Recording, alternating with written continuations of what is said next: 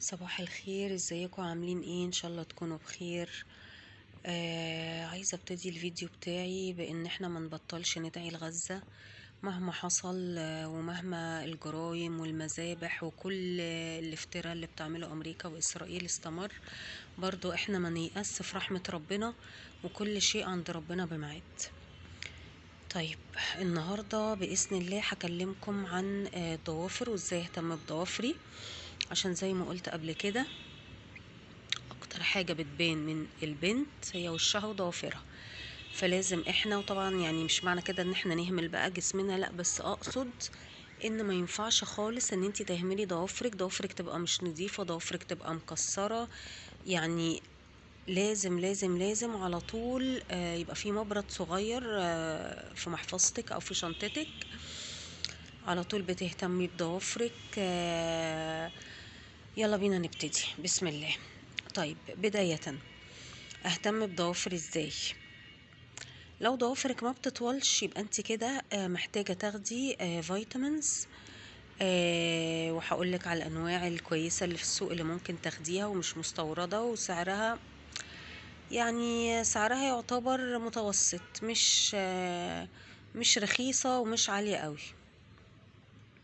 طيب، انا ليه باخد الفيتامينات دي؟ علشان ممكن او في الاغلب غذانا اليومي ما بيكونش فيه الفيتامينات بتاعة الشعر والضوافر، فلازم احنا ناخد الفيتامينات دي بصورة يومية. طيب، ابرد ضوافري قد ايه او اعمل ايه؟ يعني اهتم بيها ازاي؟ اولا انت بتبردي ضوافرك مثلا مرة في الاسبوع، اوكي؟ طيب، بيبقى معاكي مبرد على طول في شنطتك، عشان ده شيء وارد جدا ان ضفري يتكسر. على فكرة انا بتنرفز قوي من الحركة دي لما ابقى بخرج وضفري يتكسر، يعني الحركة دي بتنرفزني جدا، وعادي مش بتكسف ان انا اطلع المبرد واظبط الضفر اللي اتكسر. آه، انا مش بنصح ان احنا كل يوم نقعد نبرد في ضوافرنا، لان كده انا بقصف عمر الضفر، مش بديله فرصة انه يطول. يعني بصراحة هي حاجة ملهاش لازمة، انا ببرد بس لما يكون في لازمة، او زي ما قلت حاجة بتتكسر. بالنسبة بقى لنظافة الضوافر دي حاجة انا يعني مش محتاجة اتكلم عنها، بس بصراحة يعني بزعل جدا لما الاقي بنت ضوافرها مش نظيفة. بصراحة المنظر بيكون وحش جدا، يعني ما ينفعش ان انتي ضوافرك تكون مش نظيفة او مش متظبطة او مش مبرودة. ما ينفعش كل ضوفر يبقى طول والمنظر يبقى نشاز. يعني احنا عندنا 10 صوابع. طيب، لو انت عندك مثلا 4 ضوافر اتكسروا و6 بنفس الطول اللي كانوا عليه، انا بنصحك ان انتي تقصري ال6 التانيين بطريقة تتناسب مع ال4 التانيين اللي اتكسروا. يعني ما يعني بصوا يا جماعة، ما يبقاش المنظر نشاز، ضفر طويل وضفر قصير، لا، يعني سبحان الله صوابعنا جنب بعض، المفروض ان شكلها حلو وشكلها منمق. خليكي دايما على طول يعني مهتمة بالمنظر ده.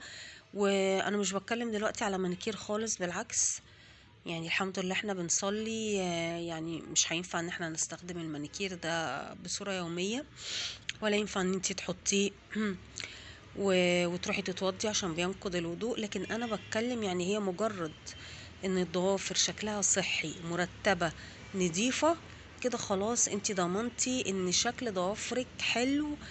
وعلى الاقل يعني بصوا مثلا، انا هوريكم ضوافري. انا ضوافري صغيرة جدا، مش بحب اطول ضوافري جامد، بس بحب الطول ده، وطبعا بيتكسروا وبضطر على طول اسويهم.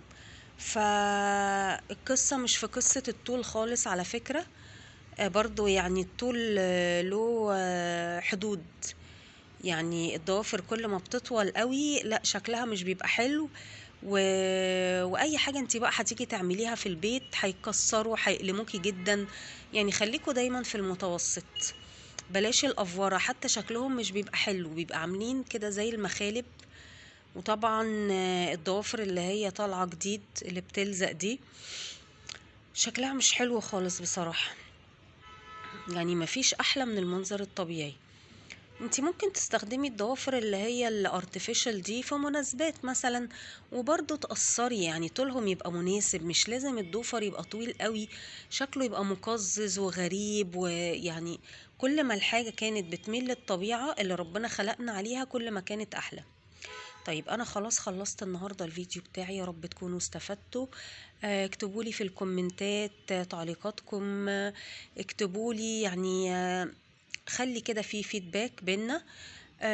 لو عجبك الفيديو دوسي لايك، لو حابة تتابعيني دوسي على سبسكرايب وقول عشان يوصلك كل جديد، وسلام عليكم.